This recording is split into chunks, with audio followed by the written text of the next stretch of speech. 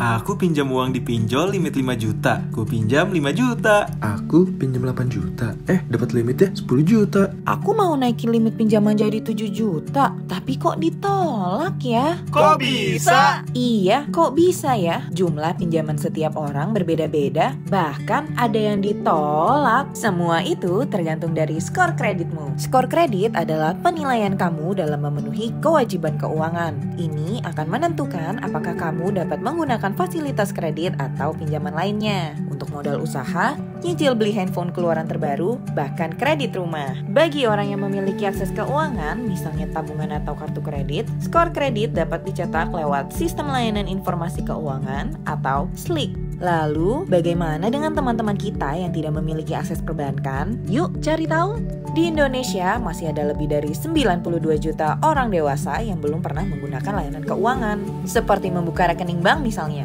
Hal ini menjadi kesulitan untuk menentukan skor kredit mereka melalui cara tradisional sehingga menghambat mereka untuk mendapatkan fasilitas pinjaman. Padahal mereka juga butuh pinjaman seperti untuk membuat usaha atau tambahan sehari-hari. Karena itu, hadirlah Inovatif Credit Scoring atau ICS. Apa sih ICS itu? ICS adalah metode penilaian kelayakan kredit dengan menggunakan sumber data non-konvensional seperti pembayaran tagihan token listrik, tagihan ponsel, aktivitas media sosial, perilaku online, dan riwayat transaksi e-commerce, serta menggunakan teknologi AI dan machine learning. Seperti ini prosesnya. Misalkan Indra mengajukan pinjaman tanpa kartu kredit melalui aplikasi Cuan Cepat. Cuan Cepat dengan perusahaan ICS akan memberikan syarat dan persetujuan ke Indra untuk menggunakan datanya. Setelah setuju, maka perusahaan ICS akan meminta data Indra dari pihak-pihak seperti platform e-commerce atau sesuai perjanjian yang disepakati ICS dan perusahaan pemegang data individu. Lalu diolah dengan teknologi AI dan machine learning untuk menentukan hasil dari pengajuan Indra. Waduh, berarti mereka menggunakan data pribadi kita. Aktivitas yang tercatat secara digital merupakan data bagi ICS. Maka itu penting sebagai konsumen untuk benar-benar membaca syarat dan ketentuan perjanjian. Ada manfaat, ada juga risiko ICS. Pertama, adanya kemungkinan data pribadi kita disalahgunakan atau bahkan bocor. Kedua, penggunaan teknologi AI dapat memunculkan bias data yang mengecualikan calon peminjam, seperti bias sampel di mana laki-laki atau orang di Pulau Jawa cenderung memiliki skor baik karena mereka lebih banyak punya smartphone. Perlu berbagai langkah agar kita dapat mengurangi resiko tersebut. Saat ini sudah ada pihak yang mengawasi dan terus mengembangkan industri ICS. Apalagi sekarang perusahaan ICS makin bertambah, hingga sekarang 19 perusahaan yang terdaftar. Ada Otoritas Jasa Keuangan atau OJK sebagai regulator yang memberi ruang bagi perusahaan ICS untuk berinovasi lewat Regulatory Sandbox. Sebagai pengawas, OJK menunjuk Asosiasi Fintech Indonesia atau AFTEC yang menegakkan kode etik yang ketat. Apakah sudah cukup kuat untuk melindungi konsumen? Belum. Perlu ada lembaga perlindungan data diri seperti yang diamanatkan dalam Undang-Undang Perlindungan Data Pribadi untuk memastikan keamanan data pribadi masyarakat pengguna ICS. Jika lembaga ini dibentuk, lembaga ini haruslah independen dan memiliki pembagian tugas dan tanggung jawab yang jelas dengan OJK dan AFTEC. Masih banyak sekali yang bisa kita pelajari dari perkembangan inovasi keuangan digital agar bisa aman dan inklusif. Yuk, dorong para pemangku kepentingan untuk meningkatkan koregulasi. Untuk info lebih lengkap tentang inovasi keuangan digital yang satu ini, kunjungi link berikut ya. Assalamualaikum warahmatullahi wabarakatuh. Salam sejahtera, namo buddhaya, Om Swastiastu, salam kebijakan. Nama saya Bimanto Suwastoyo. Saya akan memandu acara hari ini. Terima kasih sebelumnya telah menghadiri acara kami ini di CIPS Week 2023. Sebetulnya acara ini adalah acara tahunan CIPS ya, Center of Indonesian Policy Studies, yang setiap tahunnya sekitar bulan-bulan ini diadakan. Ini sudah tahun keempat kita masuk, jadi lumayan lah, mantap. Tahun-tahun yang lalu misalnya kita cukup bisa menarik sekitar 700-an orang yang partisipan daring atau luring. Dan tahun ini makin lebih banyak yang mendaftar, sudah lebih dari 900. Jadi untuk saya sih senang sekali berada di sini. Saya terima kasih Anda sudah berada di sini juga. Bentar saya contekan dulu, ini saya susah kalau nggak pakai contekan. Oke. Tahun ini di Jiwu kita ini setiap tahun kita mengambil tema yang baru. Tema yang ada sekarang tahun ini adalah Building Consumer Trust in the Digital Sphere. Banyak sih isu-isu yang menarik yang akan diperdebatkan dalam 5 hari yang akan datang ini. Isu-isu seperti literasi digital, mengenai peran Indonesia juga dalam kawasan ASEAN dalam ekonomi digital.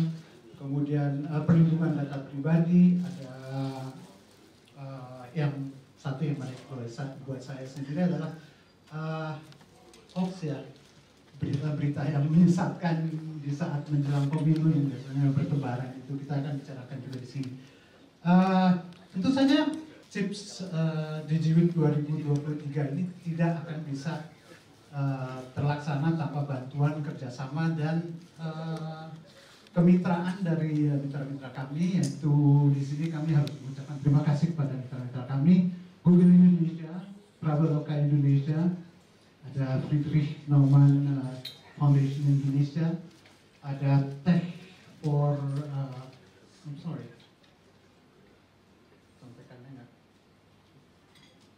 Tech for Good Institute namanya. Kemudian ada Cakap. Ada yang saya lupa nggak ya?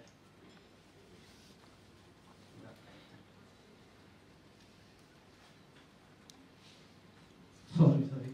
Oh, GIZ, of course. Mesti ngopi dulu ternyata saya ini.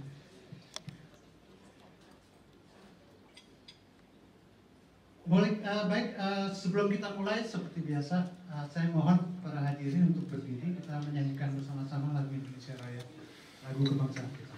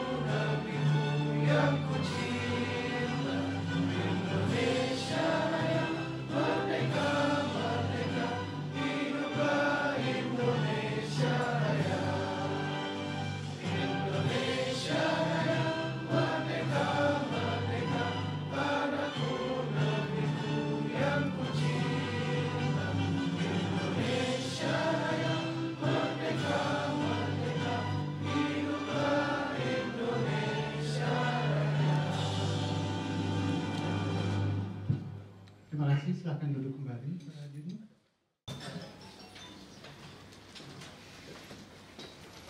Selamat pagi semua. Good morning. Forgive me for speaking in English, but we have the translation.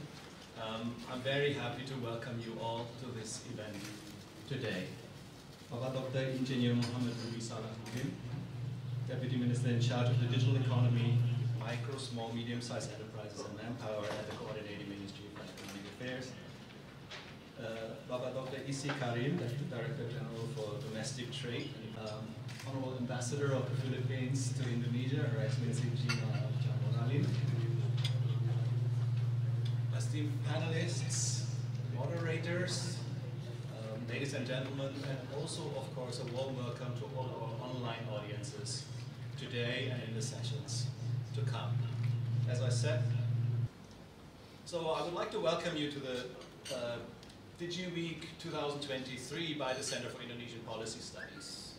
It is an Indonesian think tank, so looking at me, don't think this is a foreign thing. So it's actually an Indonesian independent think tank. It's not associated with a university or any particular organization. So it's an independent think tank that works very much on opening economic opportunities for Indonesians, especially those who are of a lower income and need to be able to engage in the economy to have access to resources. So we have subscribed to this goal, and working in the digital economy is very much why we're organizing what we're doing. So we're arranging a set of policy papers. Recently we published a paper on innovative credit scoring. We have published several papers on fintech and how to regulate fintech. That includes a paper on the regulatory sandbox that is being tried out in Indonesia.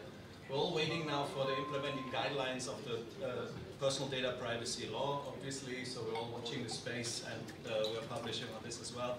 And just 2 days ago, or more, 3 or 4 days ago, we sat with the Ministry of Trade because TIPS was entrusted to conduct the readiness assessment of Indonesia to join the Digital Economic Framework Agreement in ASEAN.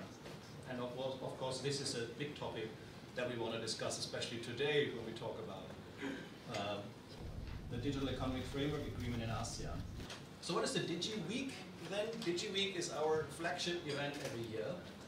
We're having it for the 4th time. We started during the pandemic, it was all online. It was at that time nervous to get a lot of people to join, but we had about 800 in the first year, and we maintained that number more or less throughout the events each year. It sometimes was a longer conference.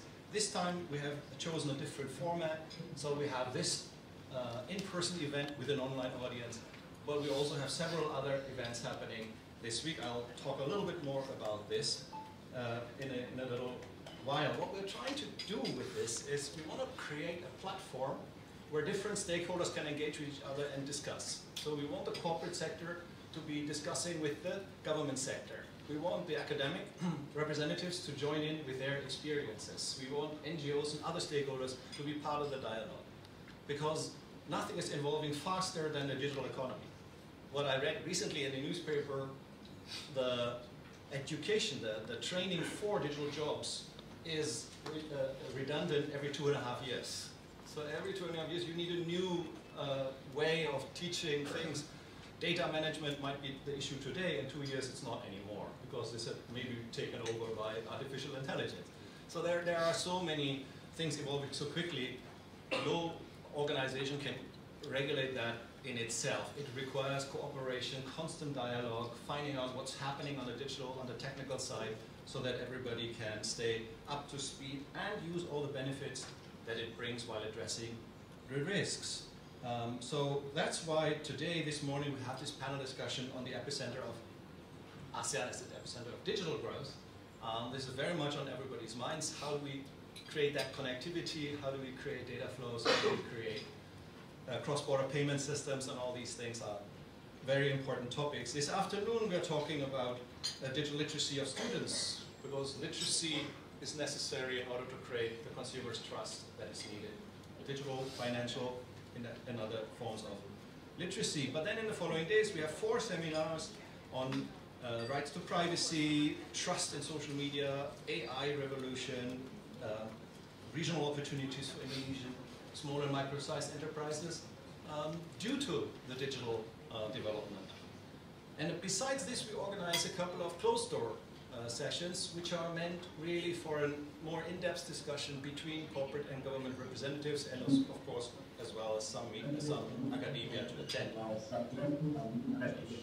These things are all organized, and we are able to organize this year for a broader audience than we ever had. When our MC just now said we have about 900, we are now at 1,150 participants for this DigiWeek this year. We never had such a large crowd. I think that's worth a round of applause. So they are going to join all these seminars, these online events, offline events, and we're very, very proud that such a large group is interested. And as was already mentioned by our MC, we're immensely grateful for all the partners that we have. Key partners here on the corporate side, Google, thank you so much for the support. Traveloka, we also have Chakap giving us some support here. We have the Friedrich Naumann Foundation, who's also represented here today. Thank you for the great support that you have given us. And on the knowledge partner side, we have the Tech for Good Institute and the GIZ. Thanks so much for your partnership in this and in other forms as well. Last but not least, before I close, I want to say a big thank you to the CHIPS team. They are organizing 8 events in 1 week. You can imagine how much they have worked to get this done, and I mean, they must be immensely happy that to see the room full of people who are eager to discuss the topics that we have. Just to name a few, we have Angela, always busy arranging right now as well, taking the lead on this. Angela is right now, Doris, Anthea, but there are so many more who have all really put a lot of work into this. So this team has worked fabulously, and I'm very proud to have that team in CHIPS. So now I just wish you all very, very interesting event this morning, and welcome again to our DGB 2023.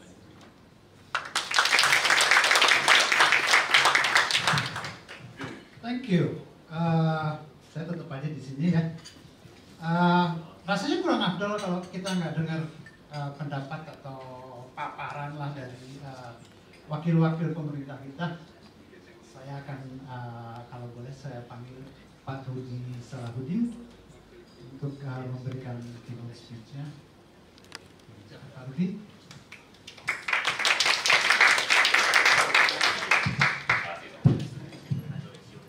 Assalamualaikum warahmatullahi wabarakatuh. Selamat pagi dan salam sejahtera untuk kita semua. Shalom, Om Swastiastu, Namo Buddhaya, salam kebajikan. Yang saya hormati Dirjen Perdagangan Dalam Negeri, Kementerian Perdagangan yang dalam hal ini diwakili oleh Bapak Rifan Ardianto, Direktur Perdagangan melalui Sistem Elektronik Kementan. Deputi Bidang Ekonomi Bappenas atau yang mewakili Excellency Dr. Gina Jamoralin, Duta Besar Filipina di Indonesia, Bapak Rainer Hofer, Executive Director CHIPS,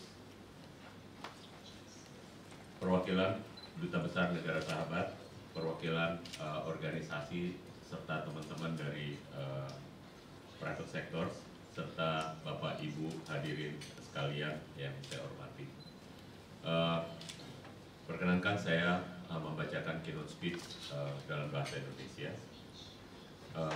Pertama-tama puji syukur kita panjatkan kehadirat Tuhan Yang Maha Kuasa, karena berkat rahmat dan ridhonya kita diberikan kesempatan untuk bisa bertemu di acara CHIPS Digiweek 2023 yang mengangkat tema membangun kepercayaan di lingkungan digital yang tadi disampaikan oleh Pak Rainer, dihadiri tahun ini lebih dari 1.100 orang. Pertama-tama saya menyampaikan apresiasi kepada penyelenggaraan CHIPS Digiweek sebagai kegiatan tahunan yang bertujuan untuk menghimpun berbagai ide konstruktif dan sebagai ruang terbuka untuk mendorong kolaborasi bagi para pemangku kepentingan guna mewujudkan pertumbuhan ekonomi digital yang inklusif dan berkelanjutan sesuai dengan visi Indonesia 2045. Bapak Ibu hadirin yang saya hormati, sebagaimana kita ketahui bersama, pada tahun 2045 Indonesia memiliki visi sebagai negara maju dan masuk ke dalam 5 peringkat kekuatan ekonomi dunia yang didukung dengan kualitas SDM yang unggul dan berkualitas serta sejahtera. Dalam mewujudkan visi tersebut, transformasi ekonomi dengan memanfaatkan berbagai teknologi digital sebagai solusi inovatif merupakan salah satu langkah strategis yang harus kita lakukan. Percepatan adopsi teknologi digital tentunya akan berdampak pada pertumbuhan ekonomi digital di Indonesia yang terus tumbuh signifikan. Studi Google Temasek Bain & Company 2022 menyatakan bahwa sebesar 40% dari nilai transaksi ekonomi digital ASEAN disumbangkan oleh Indonesia. Bahkan pada tahun 2030, ekonomi internet kita diprediksi mencapai 360 miliar US dollar atau dapat tumbuh 5 kali lipat dengan rata-rata pertumbuhan sebesar 21%. Percepatan pertumbuhan ekonomi digital telah membawa berbagai perubahan, setidaknya digitalisasi ekonomi memberikan benefit seperti meningkatkan efisiensi dan efektivitas dan inovasi, penurunan cost production, serta memperkuat kolaborasi dan inklusivitas. Oleh karenanya, transformasi ekonomi digital sebagai alternatif solusi mesin pertumbuhan ekonomi baru perlu didukung dengan kebijakan yang adaptif, agile, dan forward-looking sehingga mampu mendorong pengembangan ekosistem ekonomi digital yang lebih kondusif, inklusif, dan berkelanjutan. Bapak Ibu hadirin sekalian yang saya hormati, pengembangan ekosistem ekonomi digital membutuhkan konsistensi penyelesaian atas sejumlah tantangan. Salah satunya adalah menjamin keamanan dan privasi data, termasuk memastikan keamanan penggunaan teknologi digital bagi masyarakat. Hasil studi McKinsey menyatakan bahwa kontribusi pergerakan data dalam perekonomian global mencapai 2,8 triliun US dollar dan diprediksi akan mencapai 11 triliun US dollar pada tahun 2025. Tingginya aktivitas pergerakan data ini sejalan dengan Global Cyber Security Outlook World Economic Forum 2022 yang menyebutkan bahwa secara global dalam 1 menit terdapat 197 juta email yang terkirim, 69 juta pesan WhatsApp, dan 500 jam konten YouTube yang diupload, dan juga terakhir adalah 1,6 juta US dollar dipakai untuk berbelanja secara online. Seiring dengan hal tersebut, laporan terkait kasus kebocoran data juga semakin marak. Menurut data dari perusahaan keamanan cyber SearchShare, Indonesia menempati urutan ketiga negara dengan jumlah kasus kebocoran data terbanyak di dunia. Berdasarkan laporan Landscape Keamanan Cyber Indonesia 2022 yang diterbitkan oleh PSSN, secara umum terdapat 5 ancaman cyber yang dihadapi Indonesia, yakni kebocoran data, ransomware, phishing, advanced persistent threat, dan juga web defacement. Contoh kasus terbaru adalah kebocoran data paspor WNI yang diduga diperjualbelikan di dark web yang saat ini masih dalam proses penyelidikan. Serangan ransomware pada perbankan yang dapat merugikan para nasabah, serta terdapat korban phishing yang mengakibatkan kehilangan uang miliaran rupiah setelah membuka undangan pernikahan digital. Untuk itu, keamanan digital menjadi unsur penting dalam menjaga semua aktivitas ekonomi dan sosial kita. Hal ini telah menjadi perhatian penting semua pihak, termasuk pemerintah. Bapak Ibu hadirin sekalian yang saya hormati, sejumlah regulasi telah dikeluarkan oleh pemerintah dalam rangka memberikan kepastian hukum dan perlindungan data pribadi, yakni Undang-Undang Nomor 11 Tahun 2008 tentang Informasi dan Transaksi Elektronik yang telah diubah menjadi Undang-Undang Nomor 19 Tahun 2016. Ketentuan dalam Undang-Undang ITE tersebut mengatur bahwa perlindungan data pribadi merupakan bagian dari hak privasi. Oleh karenanya, pemanfaatan data pribadi harus berdasarkan persetujuan pemilik data. Selanjutnya, Undang-Undang Nomor 27 Tahun 2022 tentang Perlindungan Data Pribadi yang telah disahkan pada bulan Oktober tahun lalu menjadi regulasi primer yang universal dalam menjaga dan mengatur perlindungan serta keamanan data dalam ekosistem digital di tanah air. Dalam kaitannya dengan keamanan ruang cyber, pemerintah juga telah mengeluarkan Peraturan Presiden Nomor 82 Tahun 2022 tentang Perlindungan Infrastruktur Informasi Vital yang bertujuan untuk mengkonsolidasikan sistem proteksi pada seluruh infrastruktur informasi vital. Peningkatan keamanan dan perlindungan privasi data merupakan tanggung jawab seluruh pemangku kepentingan, tidak hanya pemerintah, tetapi juga partisipasi kita semua dan juga masyarakat. Untuk mewujudkan masyarakat digital menjadi kunci dalam pengembangan ekosistem digital yang aman dan berkelanjutan. Bapak Ibu hadirin sekalian, mewujudkan masyarakat digital membutuhkan transformasi pada berbagai aspek, yakni sosial, ekonomi, budaya, agar adopsi teknologi digital dapat memberikan dampak yang positif bagi masyarakat. Selanjutnya, peningkatan literasi digital juga menjadi prasyarat penting dalam mewujudkan masyarakat digital, dan literasi digital dapat membantu masyarakat untuk menggunakan teknologi dengan lebih bijak.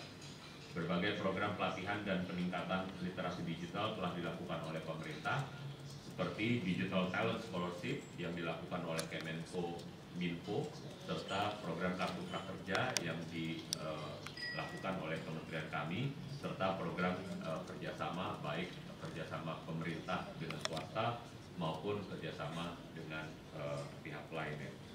Bapak Ibu hadirin sekalian, berbagai langkah yang telah dilakukan diharapkan dapat membantu mewujudkan masyarakat digital yang saling terhubung, inklusif, dan berdaya saing, sehingga dapat berkontribusi aktif dalam mendorong pengembangan ekonomi digital. Untuk itu, saya mengajak seluruh pemangku kepentingan seperti akademisi, pelaku, praktisi dunia usaha, dunia industri, serta asosiasi agar terus berkolaborasi dan bersinergi dalam menciptakan lingkungan digital yang aman, inklusif, dan berkelanjutan. Akhir kata, saya mengucapkan selamat atas penyelenggaraan kegiatan CHIPS DigiWeek 2023. Mari kita jadikan kegiatan ini sebagai wadah untuk menghasilkan solusi inovatif guna membangun kepercayaan di lingkungan digital yang berdampak pada pertumbuhan ekonomi nasional. Demikian dari saya, terima kasih. Billahi taufiq wal hidayah. Wassalamualaikum warahmatullahi wabarakatuh.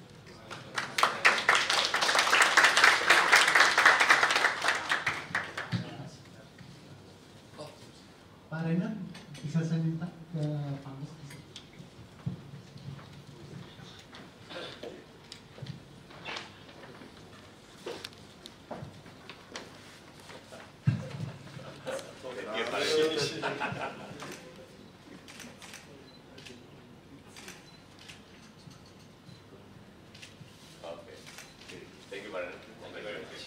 Terima kasih Pak.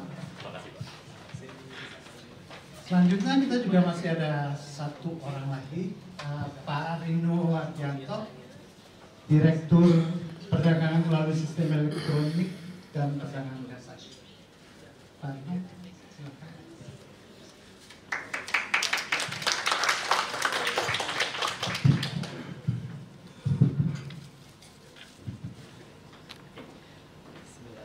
Assalamualaikum warahmatullahi wabarakatuh. Selamat pagi, salam sejahtera buat kita semua. Untuk pertama-tama saya ucapkan yang terhormat Bapak Rudi Saludin, Deputi Bidang Koordinasi Ekonomi Digital, Tenaga Kerjaan dan Usaha Mikro, Kecil dan Menengah, Kemenko Perekonomian, Bapak Reza Nurput, Eksekutif Direktur CHIPS, kemudian Ibu Gina Camuralim, Kedutaan Besar Filipina untuk Indonesia, dan para narasumber yang berbahagia dan para hadirin yang saya hormati. Mungkin secara garis besar tadi kita sudah mendengarkan apa yang dipaparkan oleh Pak Deputi.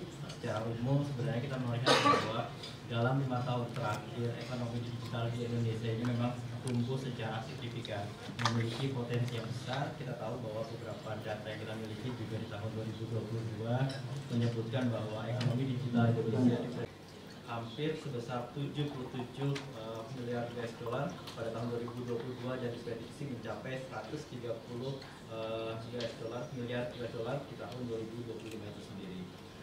Dan terkait dengan kami Kementerian Perdagangan kaitan dengan e-commerce itu sendiri, kami mencatat juga nilai transaksi untuk perdagangan melalui sistem elektronik ataupun e-commerce sepanjang tahun 2022 mencapai sebesar hampir 476 triliun rupiah, di mana meningkat sebesar 18,7% dibandingkan dengan tahun 2021. Dengan total volume transaksi hampir mencapai 3,48 juta transaksi selama sepanjang tahun 2022 itu sendiri. Nah, sektor e-commerce itu sendiri sebenarnya kami juga perkirakan tumbuh secara konsisten berada di angka 17 sampai dengan 22% pada tahun 2025 seiring dengan banyaknya potensi masyarakat yang mulai berbelanja secara daring atau secara online. Selain itu juga, nilai ekonomi layanan pembayaran digital juga tumbuh secara signifikan di tahun 2022, tumbuh sebesar 13%, mencapai 266 miliar US dollar dibandingkan dengan tahun 2021. Dan tentunya pembayaran digital juga terus tumbuh.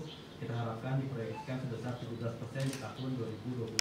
Dan ini memang terus kami teman-teman Kementerian Perdagangan terus mendorong bagaimana digitalisasi perdagangan bisa terus tumbuh, tidak hanya berbicara dari sisi perdagangan melalui sistem elektronik, melalui platform-platform digital, tetapi juga kami coba membangun bagaimana digitalisasi pasar-pasar rakyat yang ada di Indonesia sehingga tidak lagi menggunakan pembayaran secara konvensional, tapi juga kita berharap mulai tumbuh pembayaran secara digital itu sendiri. Nah, tingginya potensi ekonomi digital tidak terlepas dengan terus meningkatnya penggunaan internet yang ada di Indonesia. Kita tahu bahwa sekitar 202 juta penduduk Indonesia memiliki akses internet, dan pandemi COVID-19 memberikan kontribusi yang besar bagaimana momentum akselerasi digital itu terus tumbuh di Indonesia itu sendiri.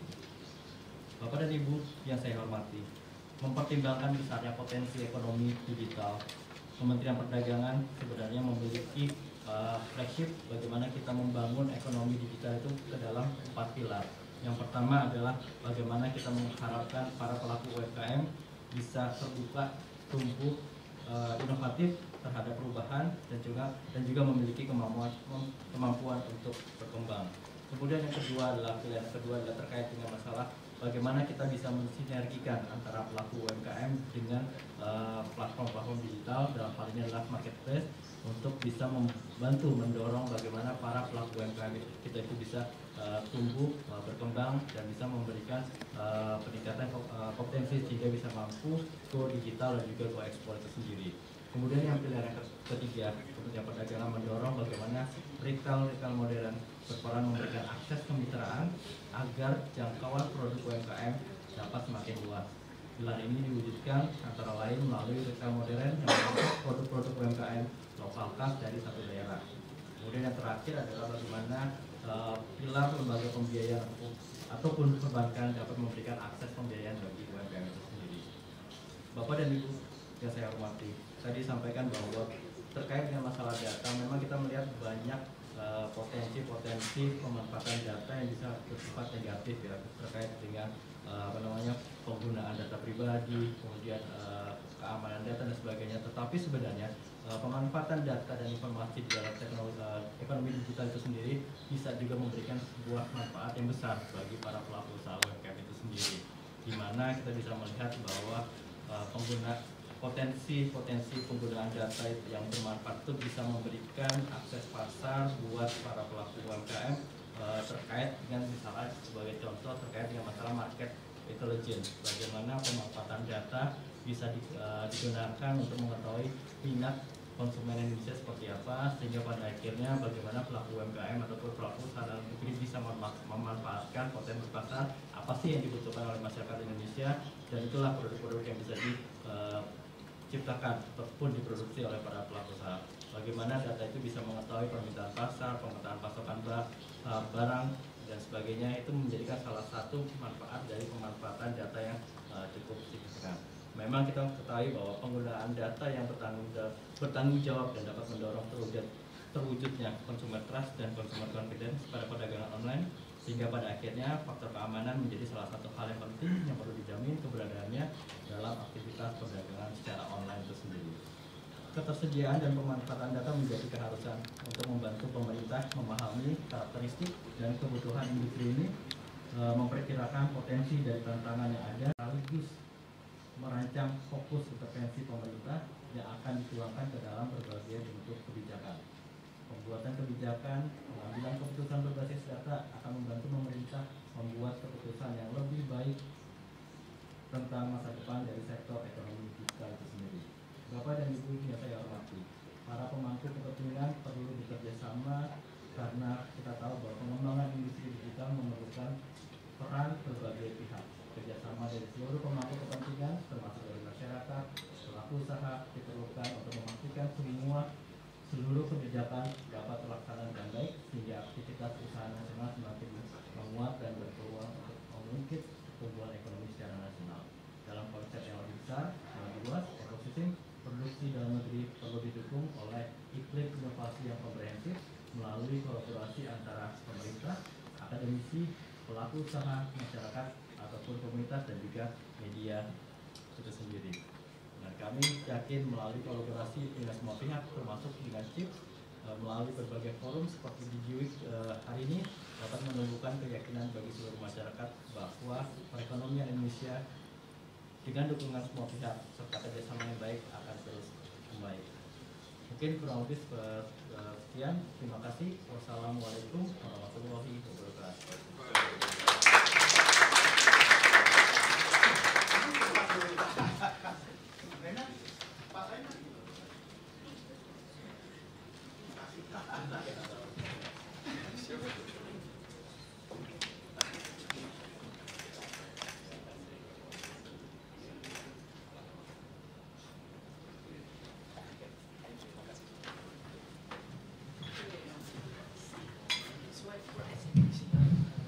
Kalau nggak foto-foto nggak enak kalau orang Indonesia. Saya setelah mendengar pemaparan dari bapak-bapak dua ini, kayaknya rasanya emang lebih penasaran mengenai perkembangan digital di Indonesia ini. Karena ini saya ingin mengundang mitra senior kami di CIPS, Dr. Desi Pane, untuk naik ke panggung sebentar.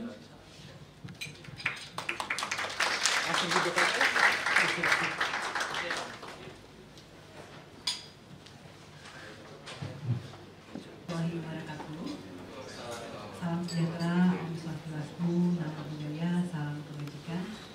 Selamat pagi, Bapak, Ibu, dan rekan-rekan semuanya yang kami hormati. Selamat datang di dalam acara CIPS di G-Week. Perkenalkan, saya Desi Pane, saya mitra senior dari CIPS yang akan menjadi moderator pada pagi hari ini. Sesi kali ini berjudul ASEAN, Epicenter of Digital Good, dengan format gelar bicara bersama dengan para narasumber. Saya akan menyampaikan beberapa pertanyaan yang nanti akan ditanggapi oleh para narasumber kita pada hari ini, dan dilanjutkan dengan sesi tanya jawab yang bisa bertanya langsung pada ruangan ini dan juga secara online. Moderasi online akan dibantu oleh rekan saya, Muhammad Ridal, researcher CIPS, yang akan menyampaikan pertanyaan yang bergabung melalui Zoom.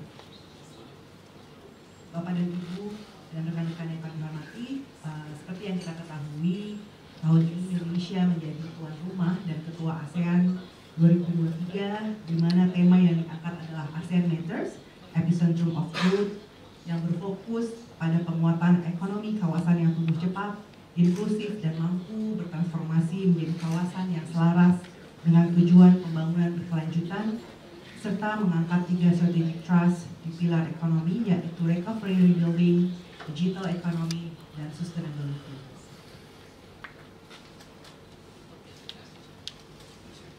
Tahun ini, Indonesia menjadikan ekonomi digital sebagai agenda utama, di mana Indonesia akan memimpin berbagai diskusi kebijakan tentang bagaimana memfasilitasi transformasi digital yang lebih luas bagi kawasan ASEAN. Kita juga sama-sama mengetahui bahwa akhir-akhir ini marak isu tentang tech winter, inovasi teknologi terus berkembang pesat secara global, dan berbagai macam isu tadi yang sudah disampaikan oleh keynote speaker kita. Sehingga diskusi bagaimana wilayah ASEAN dengan bantuan kepemimpinan Indonesia dapat memanfaatkan dan menjalani fase transformasi digital berikutnya menjadi kompleks dan penting. Ada beberapa pertanyaan kunci yang akan menjadi diskusi kita pada pagi hari ini. Yang pertama adalah bagaimana keterlibatan Indonesia dan kepemimpinan Indonesia dalam ekonomi digital di tingkat ASEAN. Yang kedua adalah bagaimana perkembangan yang muncul seperti kecerdasan buatan, AI, yang membentuk lanskap digital di kawasan. Lalu juga bagaimana perusahaan memanfaatkan peluang pasar dan mengatasi tantangan yang kita hadapi bersama. Dan juga bagaimana sebenarnya ASEAN ini sebagai pusat pertumbuhan digital. Untuk itu kami akan mengundang 3 narasumber untuk dengan berbagai latar belakang untuk diskusi bersama dengan kita terkait berbagai pertanyaan tadi yang sudah kami sampaikan. Yang pertama kami undang Ibu Putri Alam. Silakan Ibu. Ibu Putri Alam sudah memimpin tim hubungan pemerintah dan kebijakan publik untuk Google Indonesia sejak Juli 2018. Beliau menangani semua masalah ekonomi digital mulai dari privasi, manajemen data, konten hingga e-commerce, termasuk program literasi dan peningkatan keterampilan digital. Sebelumnya, Ibu Putri juga sempat mengelola kebijakan publik dan pemerintah untuk Nike dan juga menjadi Direktur Senior dan Kepala Kantor Perwakilan Indonesia untuk US Asian Business Council. Selanjutnya kami undang ke podium Bapak Yoga Sangkan Prasetya. Bapak Yoga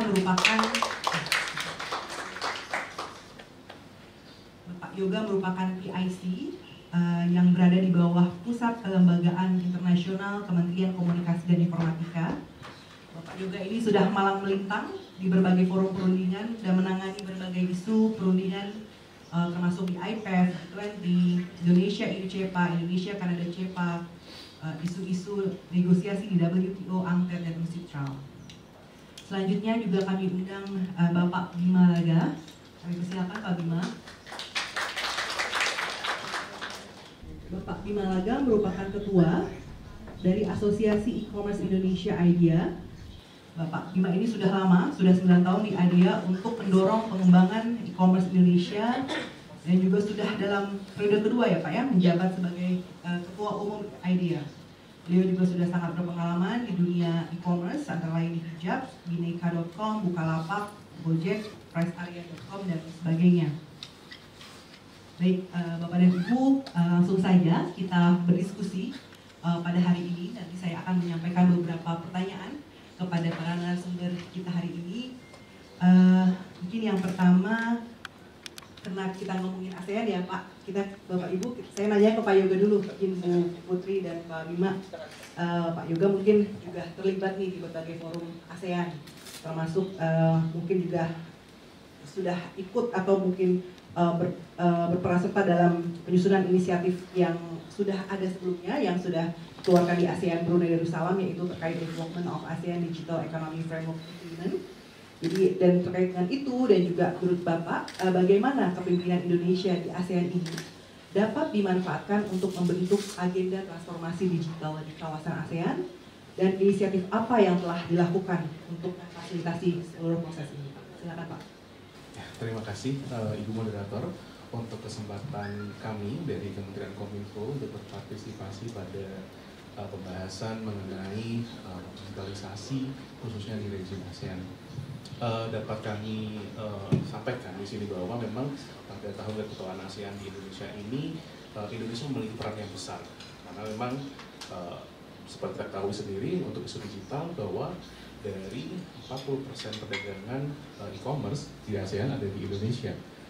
Sangat besar peluang untuk Indonesia untuk mendrive dari isu perundingan maupun isu diskusi mengenai digitalisasi. Data juga menyampaikan bahwa 78% penetrasi internet di Indonesia merupakan potensi yang besar, bahwa setiap penduduk di Indonesia memiliki tech savvy seperti itu. Jadi intinya kita sudah rely on di internet khususnya untuk perdagangan digital. Dari situ dapat kami sampaikan juga bahwa pada tahun keketuaan ASEAN ini pilar digital berada di bawah pilar ekonomi, sehingga ekonomi digital ada 3 yang terkait dengan ekonomi digital. Yang pertama mengenai DEFA, Digital Economy Framework Agreement, yang merupakan inisiasi dari Kementerian Perdagangan, di mana jika sebelumnya negosiasi ASEAN dengan negara-negara mitra untuk membuka pasar ASEAN agar menjadi lebih terbuka dan lebih dapat terkoneksi dengan perdagangan global, terbatas kepada misalnya ANZFTA, ANZFTA, hanya dengan Australia dan New Zealand, atau juga dengan RCEP untuk dengan 5 mitra bicara dari ASEAN. Tapi dengan adanya DEFA ini diharapkan ke depannya menjadi suatu benchmark yang terbuka, sehingga ASEAN lebih terbuka dengan perdagangan digital dengan negara-negara mitra yang lainnya. Lalu yang kedua dari PED, Priority Economic Deliverables, Indonesia juga menginisiasi adanya framework untuk mengadres isu cross-border data flow, perpindahan data lintas batas antar negara pada implementasi automated vehicles atau kendaraan yang terotomatisasi dapat berpindah dari suatu negara ke negara lain di border seperti itu. Sehingga kan dari isu ini kita melihat bahwa ada pertukaran data di situ. Bagaimanakah visibility-nya? Dan yang terakhir mengenai framework juga mengenai logistik, di mana Indonesia menginisiasi melihat bagaimana sih potensi dan juga hambatan dari perdagangan digital, khususnya untuk supply chain dan logistik dari perdagangan digital ini sampai ke dalam rural area. Mungkin sejauh ini seperti itu dulu, Mbak. Untuk selanjutnya mungkin kami bisa jelaskan lebih lanjut. Terima kasih. Terima kasih banyak Pak Yoga atas update-nya terkait dengan bagaimana perundingan di ASEAN tahun pertemuan Indonesia ini. Selanjutnya mungkin kita berpindah ke Bu Putri. Mungkin Bu Putri ingin mendengar perspektif dari industri terkait dengan bagaimana kita Indonesia dan juga nanti mengusulkan kepada pemerintah Indonesia untuk dapat sebenarnya memanfaatkan perannya sebagai ketua ASEAN tahun ini itu harusnya seperti apa agar secara efektif meningkatkan transport bisa melaksanakan transformasi digital. Silakan Ibu. Terima kasih pertanyaannya Mbak. Tadi sudah disampaikan oleh Mas Yoga inisiatif-inisiatif yang pemerintah Indonesia sudah menginisiasi dalam role-nya sebagai ketua ASEAN tahun ini, dan saya rasa itu sangat baik sekali, kami sambut dengan baik. Dan yang lain halnya mungkin yang bisa di sharing oleh pemerintah Indonesia adalah best practices. Kami dari pihak swasta, kami sangat lihat bahwa pemerintah Indonesia ini sangat optimistik terhadap potensi digital ekonomi, dan alasan-alasannya tadi sudah disebutkan oleh Pak Rudi, Pak Rifan, dan juga Mas Yoga, karena kami memang saat ini adalah negara digital ekonomi terbesar di ASEAN. Dan saya rasa optimistic view seperti itu harus terus dijaga, karena memang negara-negara di ASEAN khususnya saat ini ada di crossroad. Karena kalau dilihat negara-negara berkembang lainnya seperti Uni Eropa dan negara-negara barat lainnya itu mungkin terhadap teknologi sudah kurang optimis, agak ada sedikit rasa pesimistik gitu ya, karena tentunya teknologi membawa potensi yang sangat besar, dan itu semua sudah tidak bisa dipungkiri lagi dan sudah tidak bisa diuraikan satu-satu lagi potensinya. Namun at the same time yang kita ketahui ada challenges-nya juga. Namun yang kami lihat yang berbeda di Indonesia dan juga negara-negara ASEAN adalah still that optimistic point of view, still that optimistic mind or attitude terhadap digital ekonomi dan besarnya potensi yang bisa diurai lagi dengan adanya teknologi. Dan oleh karena itu kami telah melihat bahwa pemerintah Indonesia sangat terbuka untuk kolaborasi dengan pihak semua pemangku kepentingan, tidak hanya pihak swasta, dengan akademis, dengan think tank, civil society. Dialog sudah dijalankan sangat baik, dan mungkin masih bisa lebih baik lagi.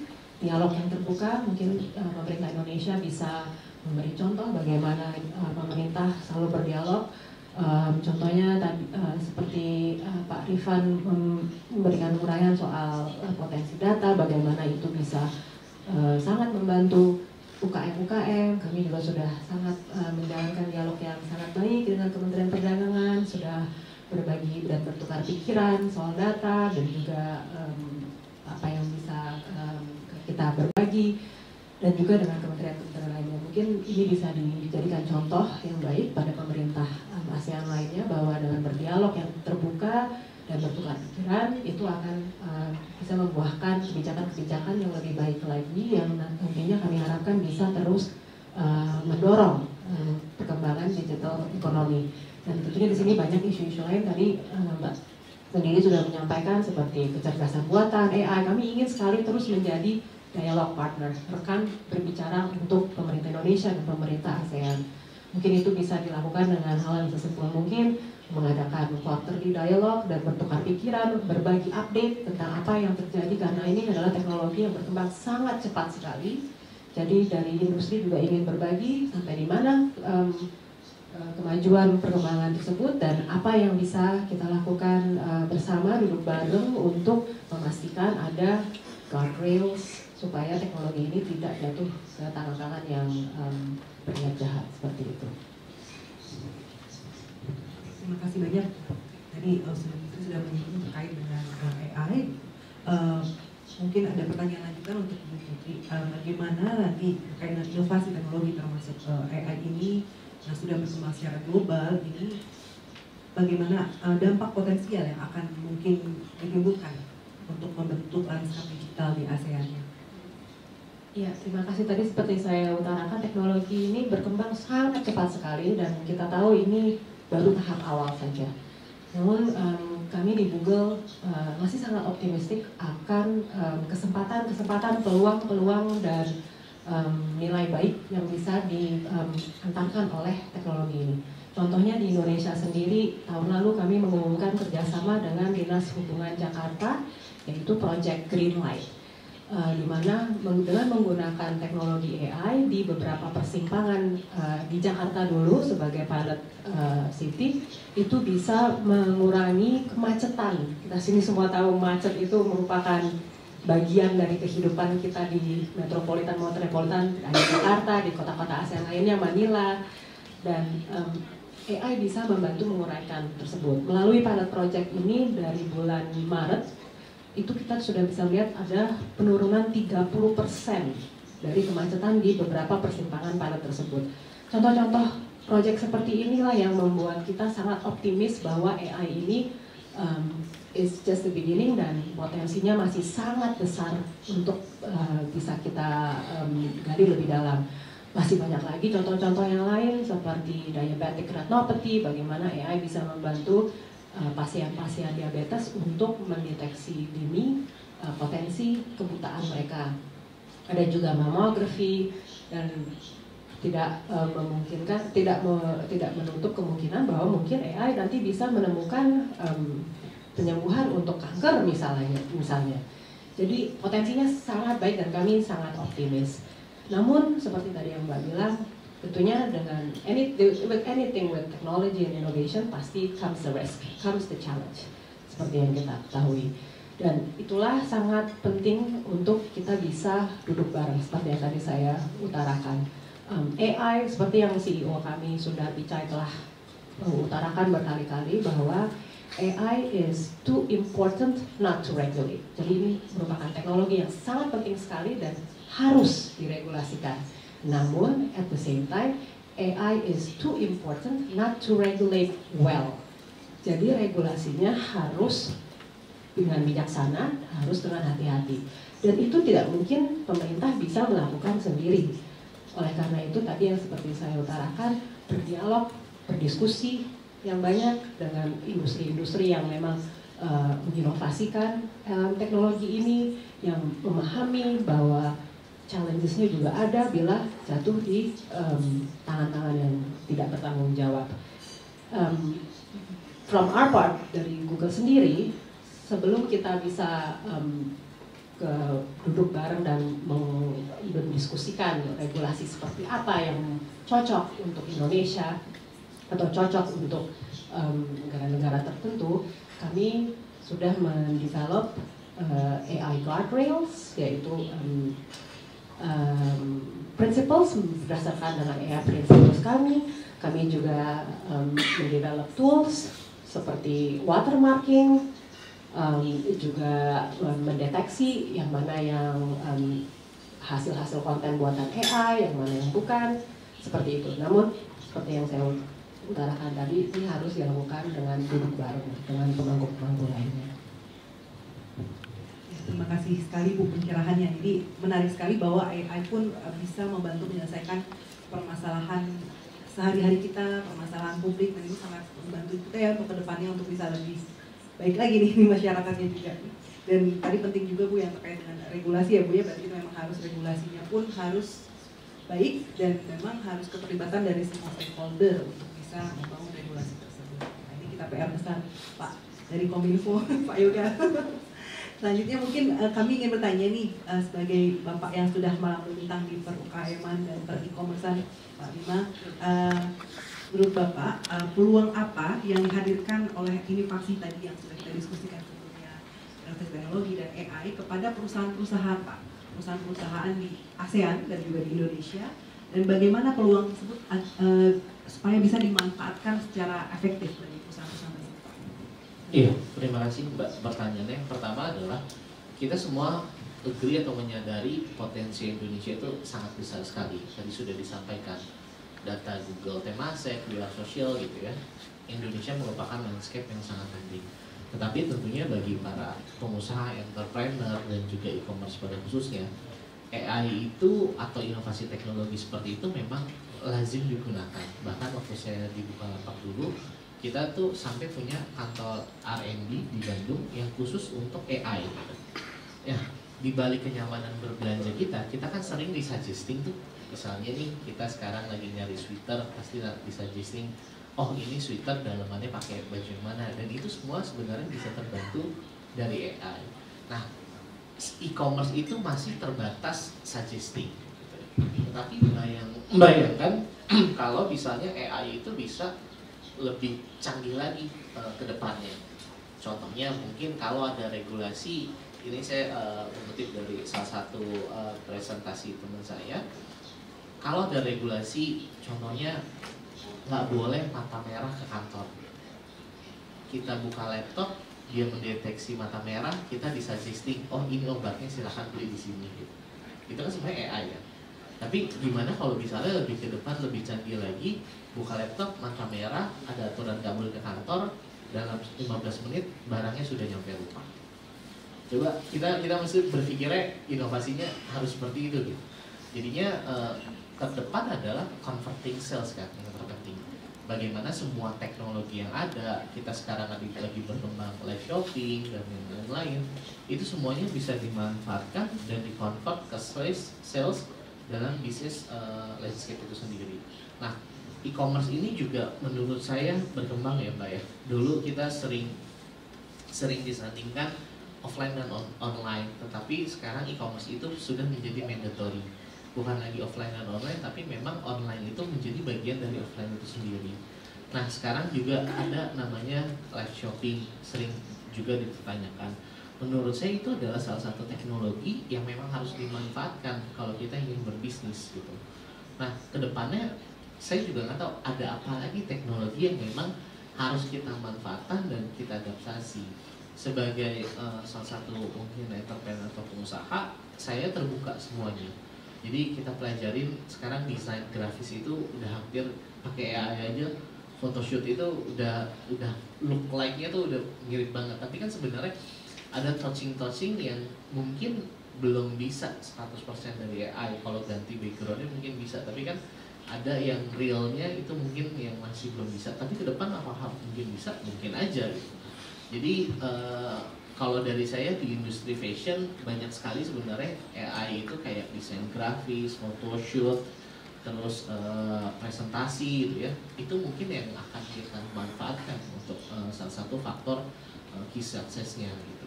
Itu mungkin Mbak.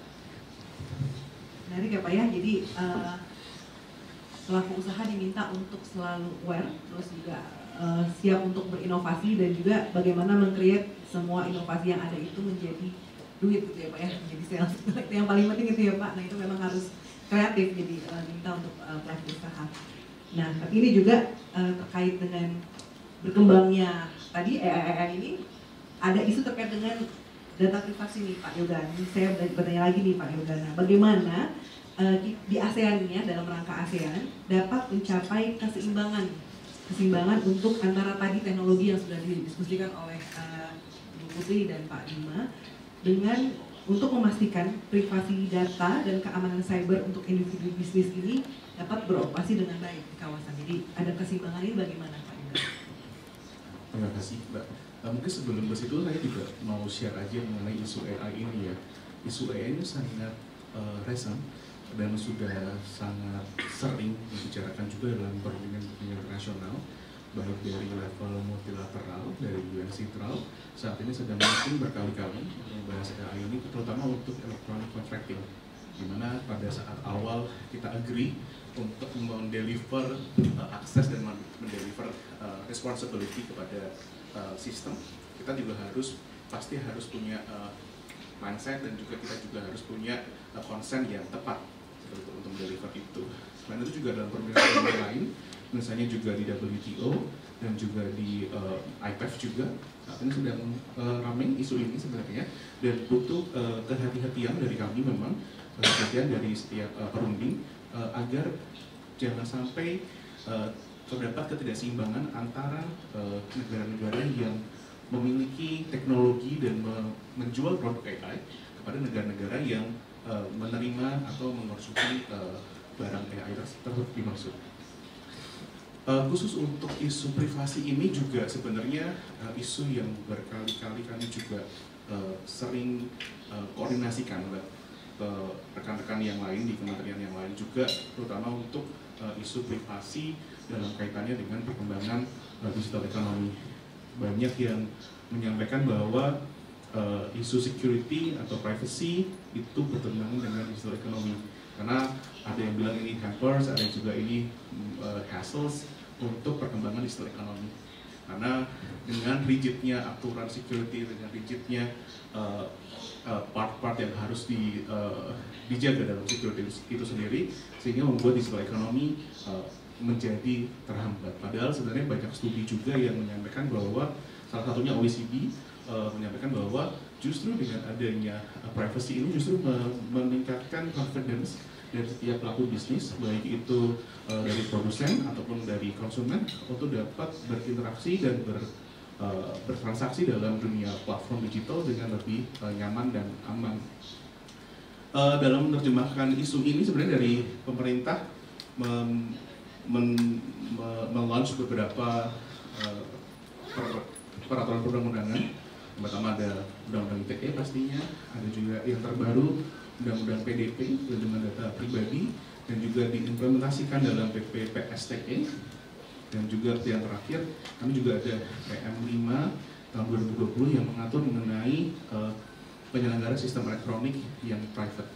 Di situ salah satunya ada bentuk registrasi dan juga standar keamanan, di mana setiap PSE, penyelenggara sistem elektronik, baik itu dari e-commerce dan mungkin juga di luar e-commerce, juga harus membuat data dari setiap orang atau setiap persons, baik itu natural person atau legal persons yang assign atau login dalam sistem elektronik tersebut dilindungi, dan juga dalam penghapusannya juga tetap dilindungi. Seperti itu mungkin, Pak. Terima kasih. Baik, terima kasih banyak Pak Yoga. Ini Pak Yoga lagi, Pak. Tadi Pak Yoga diborong dulu pertanyaannya. Jadi kan sudah banyak nih Pak ya perkembangan di Indonesia dari sisi peraturan, dan juga sudah dijelaskan sebenarnya diskusi-diskusi ini di forum-forum internasional pun sudah banyak gitu Pak ya. Nah ini kalau di ASEAN sendiri itu perkembangan diskusinya tuh bagaimana gitu, Pak ya? Dan juga ini untuk menarik sebenarnya berapa besar sih peluang di ASEAN nih untuk bisa nanti perkembangan ke depan dari digital. Jadi tadi kan di Indonesia sudah lumayan disiapkan beberapa instrumennya. Nah di ASEAN ini bagaimana untuk dalam rangka kita nanti bisa merambah ke ASEAN yang lebih besar lagi sebagai satu kawasan ASEAN yang besar gitu Pak. Baik Mbak. Jadi sebenarnya kalau kita melihat ASEAN ini sangat diverse ya, dari sisi perkembangan teknologi maupun pertumbuhan ekonominya.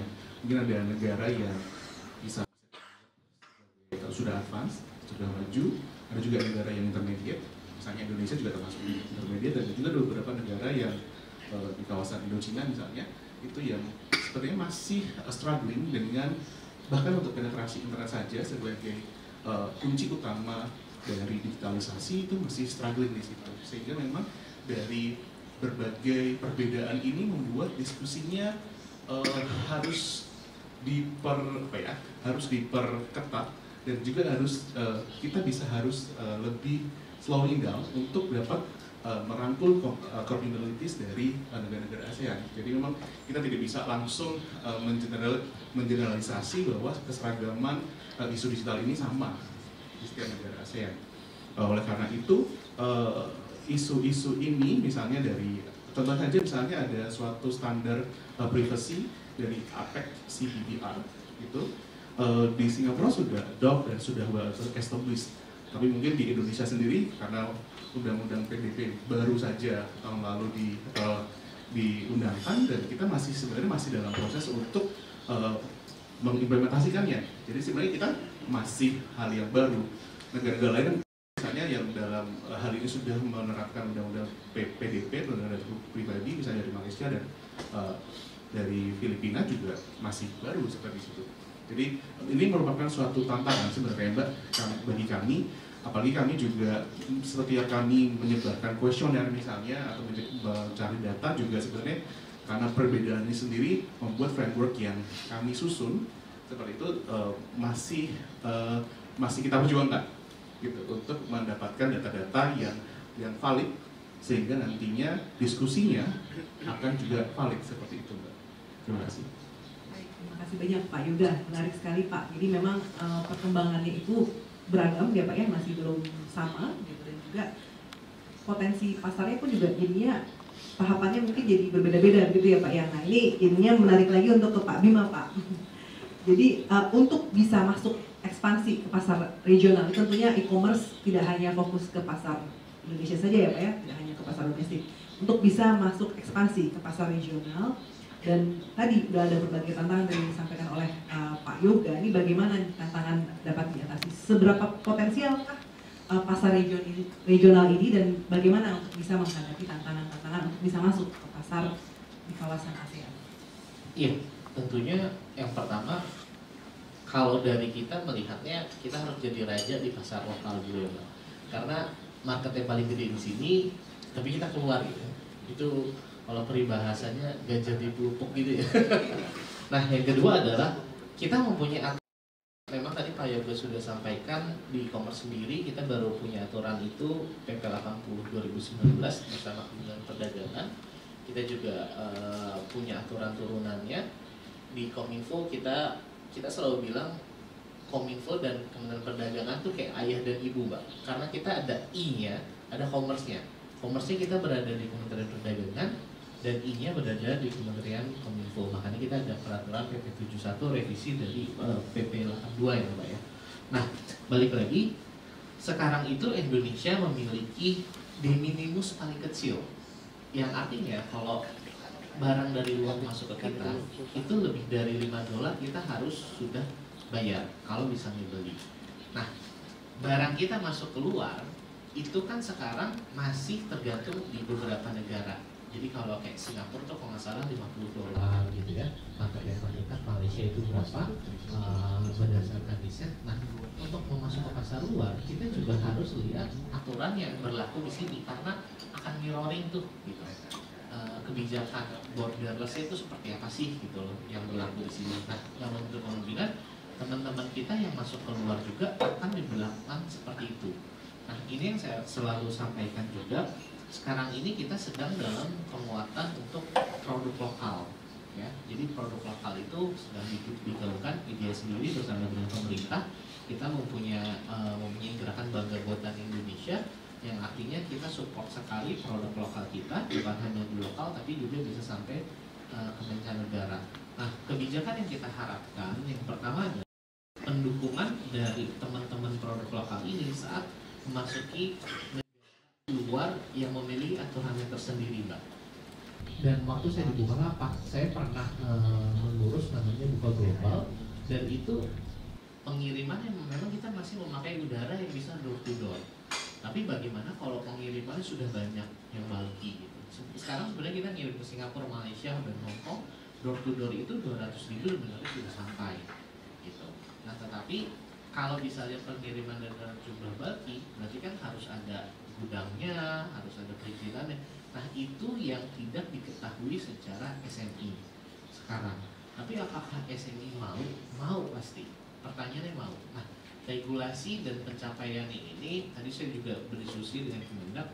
kita ingin membuat katalog produk lokal gitu contohnya ya Pak ya. Jadi adalah katalog ini adalah bisa kita buat, kita inventaris nih brand-brand lokal siapa aja. Mungkin nanti dia bersama dengan Kementerian Perdagangan, insya Allah ya Pak Rifan ya.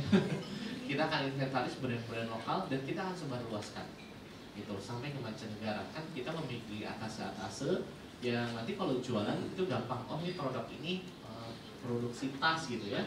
Sini saya lihat nih ada ownernya Torch juga nih, Kang Ben nih teman saya, ini produksi tas dari Bandung, bagus sekali. Bahkan jamaah haji Indonesia juga banyak yang pakai tasnya ya Kang Ben ya. Lumayan. Nah maksudnya yang hal-hal seperti itu bisa kita duplikasi gitu ke berbagai negara dan kita bisa mengenalkan brandnya itu gitu. Saya yakin brand-brand lokal bisa komplit banget asal memang regulasinya juga disesuaikan gitu. Baik itu yang kita menguatkan produksi dalam negeri, tapi juga kita harus melihat ekspor impornya seperti apa Mbak. Gitu. Terima kasih banyak Pak Bima. Jadi memang yang pertama memang kita harus menguatkan produk dalam negeri dulu ya Pak ya, baru bisa siap untuk dijual, dan nanti disiapkan juga nanti berarti Pak Pau untuk menjualnya, nanti disiapkan oleh Pak Bima dan Bu Putri nih untuk bisa platform untuk jualan di kawasan ASEAN. Tapi kita harus punya produknya dulu yang disiapkan oleh Pak Rifan ya Pak Rifan. Siap kalau gitu. Nah mungkin pertanyaan terakhir sebelum kita nanti akan membuka sesi tanya jawab kepada Ibu Putri. Bu Putri ini kan Google perusahaan yang sangat besar gitu ya. Jadi untuk melihat Indonesia dan juga ASEAN, Indonesia berada di kawasan ASEAN. Nah ini menurut Ibu, keunggulan apa yang dimiliki kawasan ASEAN yang dapat menempatkannya sebagai epicentrum pertumbuhan digital? Dan langkah apa yang harus diambil untuk memanfaatkan keunggulan tersebut? Tadi beberapa pembicara di sini udah meng-quote dari laporan tahunan kami, yaitu Google BEM Temasek Economy Report yang sudah kami luncurkan dari sejak tahun 2016. Jadi yang terakhir itu tahun lalu sekitar bulan November 2022. Jadi izin saya bakal nge-quote laporan yang sama, yaitu bahwa digital ekonomi di ASEAN itu saat ini nilainya adalah 200 miliar US dollar. Itu sudah dicapai tahun 2022, 200 miliar US dollar. Nah ini tuh 3 tahun lebih awal dari prediksi kami di tahun 2016. Jadi tandanya apa? Tandanya adalah digital ekonomi di Southeast Asia itu sudah lebih cepat dari prediksi kami sendiri. Dan tentunya kami optimis bahwa pace tersebut akan bisa terus carry over. Tahun 2023 kami prediksi akan mencapai 300 miliar US dollar, jadi nambah 100 miliar dari tahun lalu. Dan bahkan 2030 kalau memang pace-nya sama itu kemungkinan bisa mencapai 1 triliun US dollar. Dan ini kami optimis karena tahun 2022 itu sebenarnya sudah ada global macroeconomic slowdown. Namun GDP di Southeast Asia relatively oke-oke aja, masih stabil. Contohnya tahun 2022-2023 itu GDP hanya turun dari 4,6 US dollar, 4,6 US dollar menjadi 4,6% GDP growth menjadi 5,3% tahun 2022 dan prediksinya 2023 4,6%. Dan ini beda kami lihat trennya di negara-negara lain seperti Cina, US, Uni Eropa, di mana global economic slowdown itu benar-benar meng-slash GDP growth menjadi setengahnya atau lebih dari setengahnya. Dan yang kami lihat juga adalah ada pertumbuhan new internet users online itu 100 juta orang selama masa pandemi. Tadi sudah disampaikan juga bahwa pandemi mengakselerasi digital adoption, dan kami lihat di Southeast Asia sendiri sudah ada 100 juta new internet users, di mana 40%-nya dari suburban area. Nah ini tandanya apa? Tandanya adalah growth-nya itu bakalan masih banyak more headroom for growth for internet users. Tadi Mas Yoga udah bilang negara ASEAN itu sangat berbeda-beda gitu ya. Mungkin untuk negara-negara seperti Singapura dan mungkin Indonesia, kalau di kota-kota besar itu kita udah lumayan pol lah gitu pertumbuhan internet usersnya, dan internet users di kota-kota metropolis ini sudah lumayan mengadopsi teknologi-teknologi secara menyeluruh, dari e-commerce users, dari app users sampai ke financial services users. Namun yang di tier 2 cities dan suburbia dan negara-negara yang lebih kecil lainnya seperti Kambodia, Laos mungkin itu di yang tier 2 cities masih banyak more room for growth for these users to get on the internet.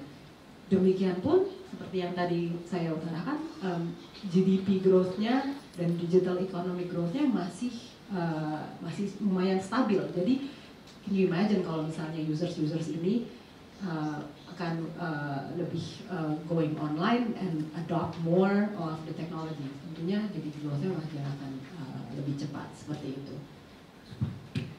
Jadi memang potensi digital sebagai epicentrum of growth ini besar ya Bu ya. Jadi untuk tidak hanya di Indonesia sendiri, potensi untuk di kawasan ASEAN pun akan besar gitu ya, termasuk kalau misalnya negara-negara tadi yang masih belum siap, nanti siap gitu. Jadi nanti ada akselerasi juga di sana itu. Menarik sekali Bapak dan Ibu, ini diskusi kita hari ini. Sekarang kami buka untuk sesi tanya jawab.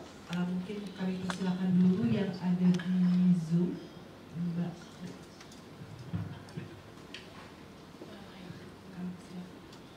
Belum ada pertanyaan yang dari Zoom.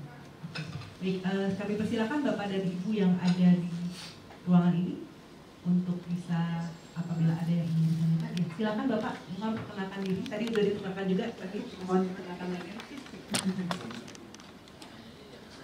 Kayaknya ke Pak Bima.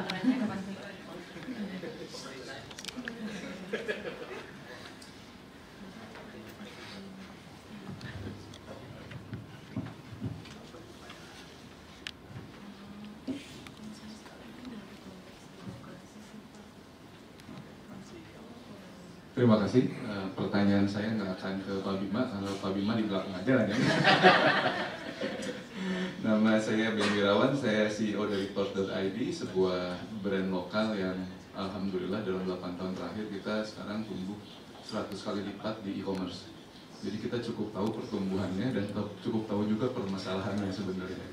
Jadi tadi betul Pak Yoga mengatakan bahwa orang-orang Indonesia ini tech savvy. Cuma yang saya sayangkan sebenarnya ketika kita bicara tech savvy-nya masih berada di sisi user dan pembeli. Nah kalau kita bicara di sisi kreator dan sisi penjual industrinya, sebenarnya kita kurang. Jadi sebenarnya itu salah satu fokus yang sebenarnya pendidikan know-how ke arah sananya itu penting. Jadi kalau kita bayar aja masih bisa ditipu, gimana ngejual gitu kan ya. Jadi saya melihat pendidikan tentang literasi ini, terutama literasi dari sisi kreator, industrinya, penjualnya, ini sebenarnya penting dan saya lihat ini kurang banget, kurang sekali. Terlihat sekali sebetulnya di data-data yang kita punya. Ini agak panjang, nggak apa-apa ya sambil diskusi ya. Data-data yang kita punya sebenarnya sama juga dengan data-datanya Bu Putri. Jadi kalau kita tarik data-data pembeli kita ini sebenarnya 50% itu Jabodetabek. 20% tambahannya, 16% itu kota-kota besar, Bandung, Surabaya, Semarang kecil, Makassar, itu kota-kota besar, itu cuma paling belasan sampai 20%. Sisanya adalah 30%-nya lebih, itu kota-kota lain di Indonesia. Kota kedua, kota ketiga gitu. Dan bayangkan sebenarnya itu adalah sebagian besar populasi kita. Jadi populasi kita, karena saya sebelum orang e-commerce, saya juga adalah orang yang bekerja di perusahaan, di brand yang offline-nya kuat. Brand-brand yang offline-nya kuat, saya tahu sekali data-data penjualan di tempat, di showroom misalnya, titik offline itu besar sekali. Itu besar sekali, dan itu untapped. Itu sampai sekarang kami berusaha masuk lewat segala macam platform. Google kami masuk, kami lewat Instagram, kami masuk lewat TikTok, kami masuk lewat Shopee, Tokopedia. Tetap sulit sekali, dipaksakan ROI-nya akan gede banget, kecil banget, sorry. ROAS-nya akan kecil sekali. Jadi Indonesia itu sebenarnya ke depan kalau menurut saya nggak terlalu bijak kalau kita cuma fokus mengembangkan e-commerce-nya. Yang saya lihat harus tumbuh tuh O2O. Jadi bagaimana online dan offline itu jadi satu ekosistem. Karena kita adalah sebuah negara arkipelago. Kita negara arkipelago, dan tadi kota kedua, kota ketiga adalah tempat tinggal dari kebanyakan populasi kita. Jadi saya ngelihat sebenarnya pemerintah jangan terlalu fokus ke sana. Ini ada masalah, arahnya kayaknya bakalan O2O. Karena kalau kita ngelihat juga berapa persen sih market yang udah diakuisisi oleh e-commerce? Sebenarnya saya yakin kalau data-data diskusi dengan teman-teman di logistik paling 10 sampai sekian belas persen, dan itu sudah melambat. Dan Amerika sendiri kan berada di 20-30 persenan ya akuisisi marketnya di sana. China 40-50%, tapi China negara yang berbeda. Artinya kalau kita fokus di e-commerce saja, perse e-commerce-nya tapi tidak O2O, itu akan jadi masalah kalau menurut saya. Karena terasa sekali di kita, waduh biaya ads-nya jadi sangat mahal kalau dipaksakan. Ini satu, itu masalah. Dan dua, masalah yang pemerintah harus address juga sebenarnya adalah pembiayaan. Pembiayaan ini menarik. Kami sebuah perusahaan yang awalnya 6 orang, sekarang udah 123 orang. Dan kami mengalami sekali bagaimana sulitnya tumbuh karena nggak punya uang.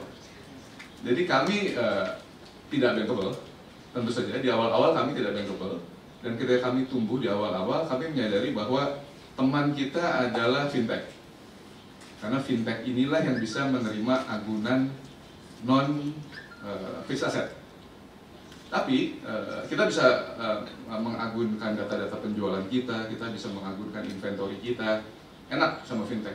Tapi sampai sekarang pun kami sudah menggunakan fintech itu dari 2018 sampai sekarang, tumbuh dengan memutar uang fintech. Tapi menariknya, kami udah tumbuh berkali-kali lipat. Plafon dari pemerintah untuk fintech itu masih 2 miliar per pinjaman. Jadi kalau mau tumbuh jadi 100 miliar, 200 miliar, dikasih plafon 2 miliar kan nggak mungkin deh.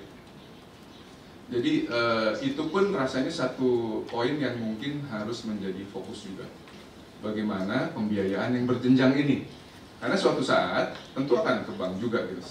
Sampai saya saat ini sedang nego sama salah satu bank agar mereka mau membiayai pertumbuhan brand-brand seperti kami yang base-nya e-commerce dengan sistem penjaminan aset lancar, inventory. Dan ini kami jalan sendiri. Tapi syukur alhamdulillah kalau pemerintah mau bantu. Selanjutnya bicara tentang yang ketiga nih, poin ketiga, Pramus ini terakhir. Poin ketiga itu tentang cross border marketing. Cross border marketing, saya masih ingat Pak Jokowi marah-marah karena kita diserang sama produk-produk Cina melalui Shopee waktu itu. Saya ingat itu. Di satu sisi yes, di satu sisi kayaknya nggak fair banget. Tapi di sisi lain sebenarnya kita harus melihat cross border marketing itu sebuah peluang juga untuk Indonesia. Karena sebenarnya sangat mudah bagi kita untuk bisa berjualan ke luar negeri. Torch sendiri pada saat ini sebenarnya sudah melakukan literasi ini untuk berjualan ke Amerika Utara. Kita udah pengiriman ketiga, masih belajar. Jadi belum bisa di scale up seperti di Indonesia. Tapi kita sudah mulai kirim ke Amerika, bekerja sama dengan gudang fulfillment di California, lalu mulai jualan di sana. Tapi ini juga ternyata nggak mudah. Karena ternyata walaupun daftar ke Amazon itu online, di approve-nya kami itu 1,5 tahun. Yes, ternyata kalau IP address-nya Indonesia sulit. Jadi itu luar biasa. Kita berjuang 1,5 tahun baru bisa tembus tuh. Baru 1,5 tahun tuh baru mulai bisa mengirim kita. Baru mulai belajar iterasi marketingnya. Jadi iterasi marketingnya. Ternyata marketingnya juga ruasnya kecil banget. Kalau bagi orang-orang yang mengetahui ruasnya di bawah 1. Kecil sekali. Ternyata ada hubungannya dengan akunnya. Akunnya itu juga kalau pakai paspor hijau, ternyata nggak bagus. Ini katanya, menurut teman-teman yang berada di sana, ini ada hubungannya dengan perang dagang Amerika dengan Cina dulu.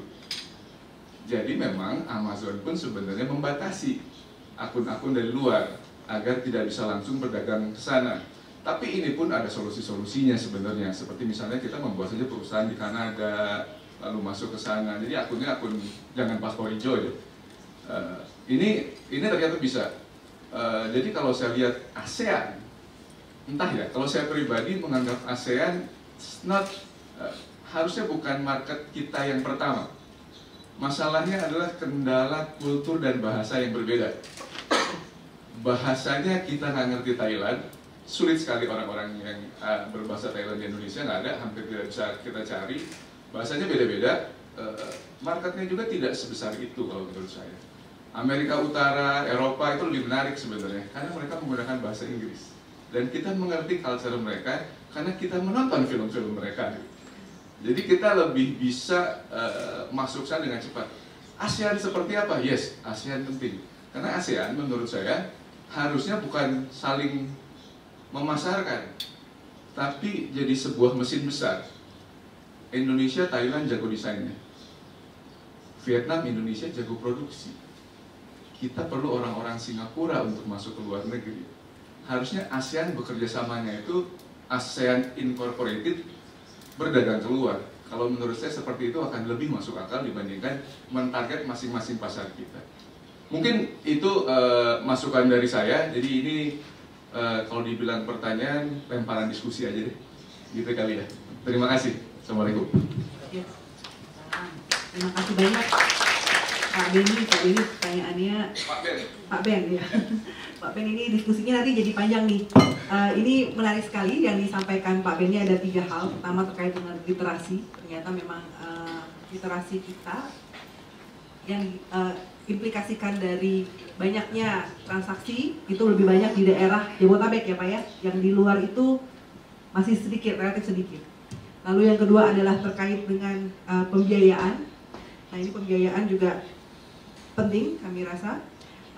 Terus yang ketiga adalah cross border trade and marketing. Ya. Ada kendala budaya dan juga tadi disampaikan bahwa ASEAN ini sebenarnya bukan pasar utama, tapi kita harusnya ber-GVC gitu ya, global value chain dengan ASEAN. Jadi bukan menjadi pasar. Nah ini kami minta tanggapan Pak Yoga, Bu Putri, dan Pak Bima juga nih, karena sebenarnya ini tidak hanya tugas pemerintah saja untuk meliterate para UKM, jadi dari pemerintah dan juga dari Bapak Ibu yang lain. Silakan Pak Yoga dulu. Ini target utamanya ya. Ya terima kasih Pak Ben untuk pertanyaannya. Mengenai isu literasi digital, memang kan betul, selain dari sisi teknologinya, dari sisi pasarnya, kita juga harus justru melaki personnya di sini adalah orang-orang di balik handphone itu sendiri gitu kan, Mbak. Jadi memang betul dari Kementerian Kominfo dari tahun 2018 itu sudah melaunch ini merupakan proyek nasional, melaunch program literasi digital.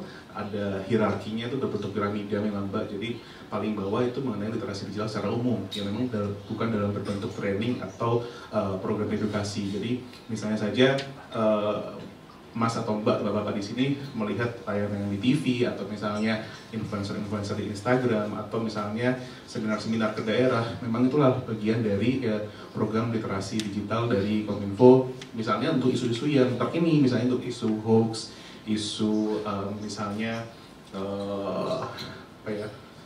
phishing dan macam-macam. Jadi isu-isu yang terkait dengan anak-anak muda misalnya seperti itu.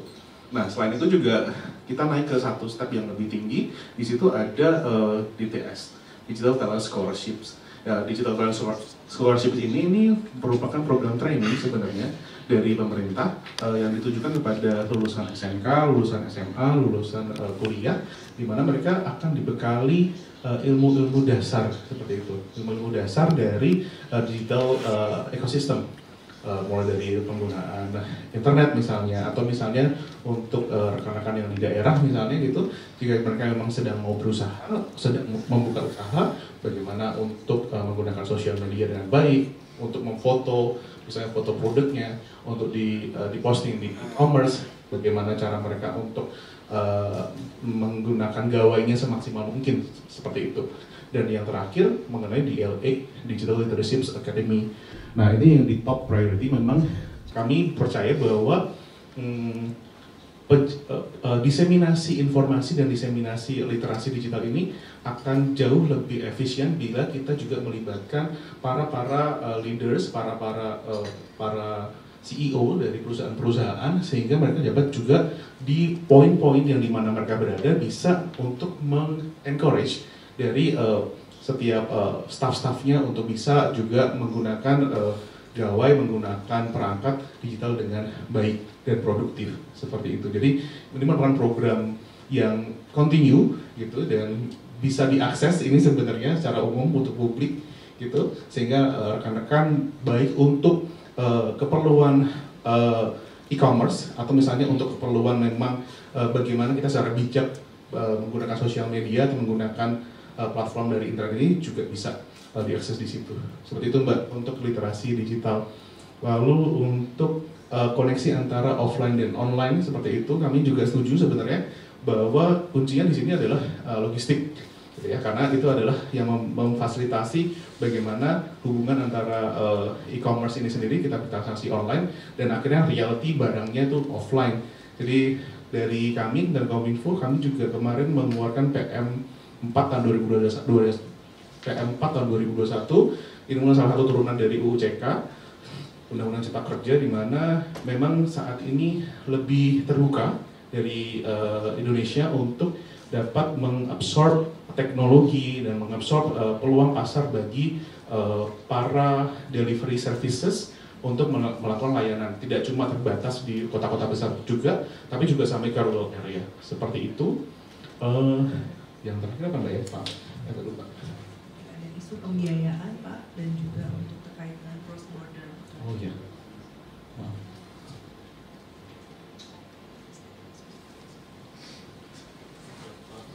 Oh, siap. Terima kasih bantuannya. Mengenai pembiayaan, mungkin pembiayaan juga kebetulan dari kementerian kami memang tidak ada mekanisme pembiayaan, jadi memang di-pool semuanya di Kemenko Perekonomian. Gitu. Jadi mungkin tapi memang kalau Bapak Ibu sekalian bisa nanti mencari informasi, di situ ada kredit usaha rakyat dan macam-macam, di situ skema-skema pembiayaan yang mungkin bisa dipergunakan secara efisien sebenarnya untuk para pelaku usaha. Dan terakhir mengenai cross border data, pertukaran data tidak cuma untuk antar negara ASEAN, tapi juga untuk cross border data ini sebenarnya masalah juga untuk di rural area sebenarnya. Jadi karena data-data di rural area sebenarnya belum banyak yang terrecord dengan baik dan benar, sehingga kalau misalnya tadi saya balik lagi ke salah satu priority economic deliverables dari ASEAN ini adalah bagaimana kita mengantisipasi dan bagaimana kita mengenali apa sih hambatan-hambatan sehingga pertukaran data ini masih proyek yang awal sebenarnya Mbak di ASEAN. Jadi kami memang belum tahun ini saat kekuatan ASEAN belum bisa sampai mencari solusinya dan mengimplementasikan solusinya, tapi dalam penyusunan framework itu sendiri kami mengidentifikasi apa sih permasalahan utama dari pertukaran data ini sendiri antara pusat dan daerah dan juga antar negara di ASEAN seperti itu. Terima kasih. Baik, terima kasih Pak Yuga. Selanjutnya Bu Putri. Mungkin yang saya jawab yang literasi digital aja kali ya Pak ya, karena yang pertanyaan-pertanyaan lainnya agak pemerintah lah yang mempunyai hak untuk menjawab seperti tadi coba untuk dijawab oleh Pak Yoga. Kami juga agak mirip-mirip dengan Kominfo dalam hal atau training kita. Malah kalau di Google itu kita fokus dari hulu ke hilir. Jadi tidak hanya sama seperti Kominfo, yaitu basic digital literacy, bagaimana kita bisa upskill pengguna-pengguna internet untuk bisa membedakan yang mana yang misinformasi, mana yang hoax atau tidak. Maju lagi selangkah, kami juga train UKM-UKM di Indonesia. Di Indonesia kami sudah nge-train 2 juta UKM, 2 juta UKM di Indonesia sejak tahun 2018. Itu dari nilai 3 juta UKM yang kita telah train di seluruh Asia Tenggara. Jadi 2 juta sendiri di Indonesia, bagaimana caranya untuk memakai teknologi platforms dan digital teknologi untuk memasarkan produk-produk mereka, mencari customer baru. Maju lagi selangkah, kami juga telah nge-train lebih dari 5.000 mahasiswa sebagai bagian dari Kampus Merdeka, yaitu Kemendikbud-Ristek Dikti.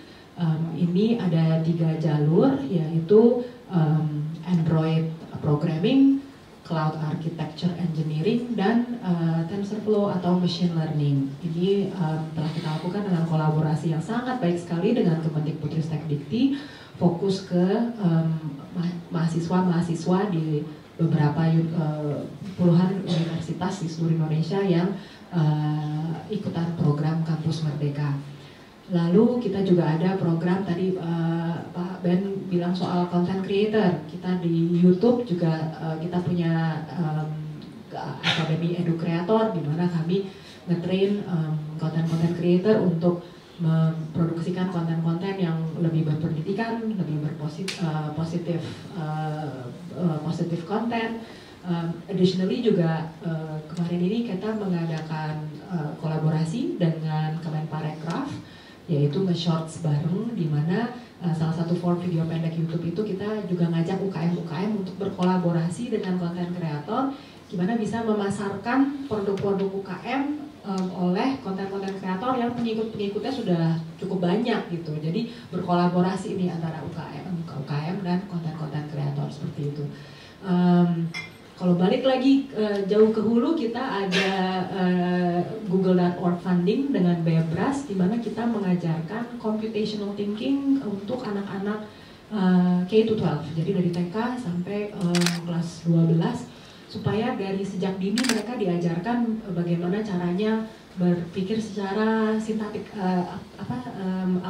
seperti algoritmik, supaya ini bukan hanya menstimulasi mereka untuk take STEM lessons nantinya pas lagi mahasiswa, tapi juga just basic problem solving, bagaimana mengikuti computational thinking untuk solve problem seperti itu. Terima kasih banyak Bu Putri. Untuk Pak Bima, mungkin pertanyaannya yang dijawab terkait dengan mungkin nggak kita bikin ASEAN Incorporated, kita berdivisi di ASEAN untuk bisa masuk ke pasar yang lebih besar, di pasar negara lain. Iya, saya rasa itu sangat memungkinkan sekali ya. Kalau berbicara e-commerce, ya kayak contohnya member IDEA yang cross border itu kan ada kayak Shopee, Lazada gitu ya. Terus dulu ada JD tapi tidak berkepanjangan lagi di Indonesia. Yang harus dipikirkan tuh jangan mereka masuk ke sini, tapi bagaimana sebenarnya kita bisa memanfaatkan pasar mereka. Shopee dan Lazada itu kan ada di beberapa negara, tapi bagaimana teman-teman dari pelaku itu sebenarnya bisa duduk bareng, mereka punya program apa, kita ambil tap in ke market mereka gitu. Jadi harus berpikirnya sih, kalau saya sih opposite ya, maksudnya di mana ada mereka, ya kita udah berjualan di sini bagus, yuk saya mau juga dong pasar mereka yang di luar. Itu sih sebenarnya yang bisa kita lakukan bersatu untuk menggunakan platform yang ada gitu. Tapi tadi Bapak bilang jadi raja dulu di pasar lokal ya Pak? Betul. Di sininya karena market terbesarnya ke sini gitu. Jadi kalau dari saya ngelihat kalau masih Asia Tenggara, I think menurut data Google dan Temasek, we are still number 1 ya. Jadi ya fokus di Indonesia. Ya after that baru we looking to the opposite side, the outside gitu. Itu sih mungkin. Terima kasih banyak Pak Bima. Apakah ada pertanyaan? Ya. Oke, jadi pertanyaannya dari Anda Baskoro dari Kata AI. Jadi pertanyaan kepada semua panelis. Melihat tren saat ini arahnya pada upaya regulasi AI, terutama di negara-negara major power seperti US, China, Uni Eropa, menurut Bapak dan Ibu, apakah ASEAN secara kolektif dan Indonesia secara spesifik akan mengikuti arah yang serupa dalam regulasi AI, khususnya dalam bidang fintech yang memang dikenal highly regulated? Dan seberapa jauhkah mengikut sertakan sektor swasta dalam hal ini? Berarti pertanyaannya ke pemerintah dulu. Ayo udah, silakan Pak Bima. Saya jawab dulu habis itu Pak. Boleh, silakan Pak Bima. Kalau dari saya, ini pemandangan dari swasta, di e-commerce sendiri kita selalu lag of behind in terms of aturan. PP 80 sendiri kita baru ada itu di tahun 2019, e-commerce itu dari mulai tahun 2009. Jadi buat kata ya sabar-sabar ya. Ya tetapi kedepannya pasti pemerintah juga akan mengadop. Kita sebelum ada PP 80 kan kita ada undang-undang ITE menyangkut transaksi elektronik juga. Kita juga ada PP 82 yang akhirnya direvisi. Saya rasa pemerintah dari pandangan kita swasta kita mesti duduk bareng, baik itu stakeholder, asosiasi, dan juga bisa memberikan masukan ke pemerintah sehingga aturan yang nanti dikeluarkan bisa diimplementasi dengan baik. Itu mungkin kalau pandangan dari asosiasi. Terima kasih. Silakan Pak. Dari swasta dulu deh, terakhir dari Pak pemerintah juga. Saya setuju dengan Mas Bima bahwa Indonesia itu tend to lag behind a little in terms of regulasi. Kayaknya yang paling foundational aja PDP kita baru ada tahun lalu kan Mas Yoga ya. GDPR padahal udah berapa puluh tahun lalu. Nah satu lagi juga yang kita nggak punya itu adalah cyber security law. Itu merupakan foundational sekali menurut saya dan itu kita belum ada. Jadi jangan ngomongin AI dulu, yang foundational dulu aja kita belum ada gitu. Kita the only country in ASEAN yang belum punya cyber security law. So I think it's very important to address those foundational things dulu sebelum kita mikirin yang AI. Sekali lagi saya ulangi, AI is too important not to regulate, but too important to not regulate well karena potensi-potensinya tadi itu. Dan menurut saya kalau nanti kita akan duduk bareng, sekali lagi sangat penting sekali untuk duduk bareng antara pemerintah dan pelaku usaha dan semua pemangku kepentingan seperti akademisi, think tank. Kalau ingin meregulasi AI itu sebaiknya tidak tumpang tindih. Ini juga salah satu masalah Indonesia, yaitu regulasi tumpang tindih. Jadi sektor seperti fintech itu yang memang sudah highly regulated, kasihan banget kalau misalnya ditambahin lagi suatu regulasi yang nantinya akan malah nge-inhibit the potential of AI karena over regulating kan juga nggak bagus karena inovasi akan mati dan itu obviously defeats the whole purpose of what AI can bring. Jadi jangan tumpang tindih, regulasi yang sudah ada sudah bagus itu diperkuat, yang belum ada tolong diberesin dulu. Siap, saya setuju dengan Mas Bima dan Mbak Putri ini. Sebenarnya memang Indonesia saat ini belum ada regulasi yang mengatur mengenai kecerdasan buatan. Memang baru-baru kecerdasan buatan. Memang untuk cyber security law saja sebenarnya saat ini masih belum diregulasi melalui undang-undang. Namun dapat saya sampaikan di sini rekan-rekan kami dari BRIN itu sudah mencanangkan strategi nasional kecerdasan artifisial yang memang di situ ada beberapa pilar yang kompleks, mulai dari inovasi, mulai dari riset, dan juga dalam tataran hukumnya. Sudah lumayan komplit di situ sebenarnya mengenai mau dibawa kemana sih mengenai regulasi mengenai AI saat ini. Selain itu juga saya juga sampaikan bahwa memang AI ini menjadi isu yang susah memang untuk diatur karena memang ini melibatkan mengenai mesin, hubungan mesin dengan manusia sehingga memang saat ini banyak di perundingan sudah disampaikan tadi di awal bahwa banyak perundingan sendiri itu masih belum ada satu set model law internasional yang memang mengatur mengenai AI sehingga jika misalnya nanti pun diadopt oleh regulasi dalam negeri, memang kita saat ini masih saling mengambil dari beberapa titik untuk nantinya diregulasi di Indonesia. Salah satunya misalnya yang sudah ada juga dari UNESCO, Ethics for AI, itu yang juga sebenarnya bisa menjadi salah satu dasar dari regulasi yang nantinya bisa diatur di Indonesia. Seperti itu Mbak. Oke. Terima kasih. Terima kasih banyak Pak. Kita sudah habis waktunya atau masih bisa satu pertanyaan lagi? Satu pertanyaan lagi. Silakan ini ada yang over, silakan Ibu kalau mau bertanya. Terima kasih sebelumnya. Perkenalkan saya Dewi Ihsan dari The Habibie Center. Mungkin pertanyaan saya agak sedikit berbeda, tapi masih dalam konteks digitalisasi. Pertanyaan ini saya tujukan untuk Pak Yoga dari Kemenkominfo. Pertanyaan saya singkat, bagaimana langkah strategis pemerintah khususnya dalam melindungi data warga sipil menjelang pemilu 2024? Ya, kalau kita flashback dalam pemilu di Amerika Serikat, dalam skandal Cambridge Analytica bahwa data itu bocor dan menjadi salah satu mungkin isunya penyebab pemenangan Presiden Donald Trump yang saat ini hal itu masih hangat dibicarakan gitu dan masih mungkin dalam tahap investigasi. Jadi dari Kominfo sendiri saya yakin harus bergerak cepat karena waktu terus bergulir dan kita mendekati tahun pemilu yang akan terselenggara tahun depan di bulan Februari. Jadi apa langkah strategis pemerintah khususnya dalam melindungi data warga sipil? Terima kasih. Silakan langsung saja Pak Yoga apabila memang bisa menjawabnya. Terima kasih pertanyaannya dari Mbak Dahlia ya. Mbak Dewi dari Harvey Center. Ya, pertama kali mungkin kami juga menggunakan regulasi dulu ya dari UPDP dan PPPSTE mungkin yang dapat kami jadikan dasar hukum setiap law enforcement dari pelindungan data. Misalnya dari PPPSTE ada dua jenis, yaitu controller dan prosesor, di mana setiap controller di sini memang bertanggung jawab atas data-data yang dititipkan pada prosesor. Jadi untuk law enforcementnya sendiri memang kami menekankan bahwa setiap dari controller ini meregistrasikan mengenai PSE-nya kepada Kominfo, sehingga dari situ kita bisa melacak dan bisa mensupervise setiap pergerakan lintas data dari baik dari perolehan data, penyimpanan data, baik dan sampai ke penghapusan data, sehingga nantinya setiap tindakan yang dilakukan oleh controller maupun profesor dapat dipertanggungjawabkan secara hukum.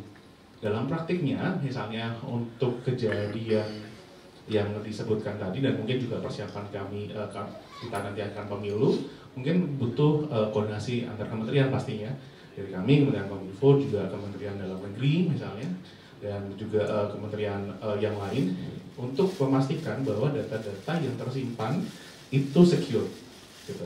Secure dan juga reliable dan valid, sehingga nantinya memang untuk meminimalisir kecurangan dan juga penyalahgunaan data.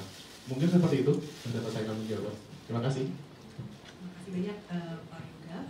Bapak dan Ibu, mungkin kita sudah sampai di penghujung acara, sudah jam 11 lewat pada hari ini. Terima kasih banyak Pak Yoga, Ibu Putri, Pak Bima atas diskusinya yang sangat menarik dan insightful. Lalu saya juga ingin menyampaikan beberapa hal, mungkin summary dari diskusi kita hari ini. Yang pertama, kita masih optimis Indonesia dan ASEAN sebagai epicentrum of growth. Tadi sudah ditunjukkan oleh data-data yang disampaikan oleh Ibu Putri. Lalu juga AI ini akan terus berkembang dan akan dipakai untuk menyelesaikan permasalahan kita sehari-hari juga. Jadi potensi untuk AI pun akan optimis ke depannya. Selanjutnya, regulasi sangat penting. Tadi disampaikan oleh Ibu Putri bahwa regulasi yang baik untuk AI diperlukan dan perlu ada semacam komunikasi dan koordinasi antar semua stakeholder. Termasuk yang PR paling penting adalah terkait dengan regulasi cyber security juga yang belum ada sampai sekarang di Indonesia. Lalu juga terkait tadi dengan e-commerce, bahwa kita sebelum kita benar-benar masuk ke dalam menjual produk kita di luar, begitu kita harus menyiapkan dulu sebenarnya produknya, diperkuat dulu, ya, sehingga kita semakin kuat untuk bisa menjual, untuk masuk ke divisi ASEAN misalnya, ataupun bisa untuk bisa menjual ke pasar internasional.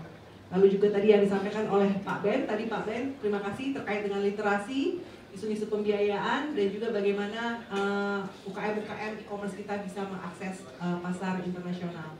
Mungkin itu saja yang bisa kita diskusikan hari ini. Terima kasih sekali Ibu Putri, Pak Yoga, dan juga Pak Bima atas diskusi yang menarik, dan terima kasih seluruh peserta atas diskusi kita pada hari ini.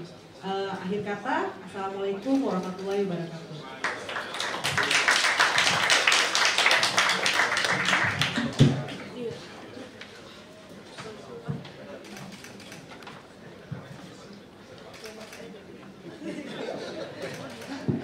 Terima kasih banyak. Foto dulu.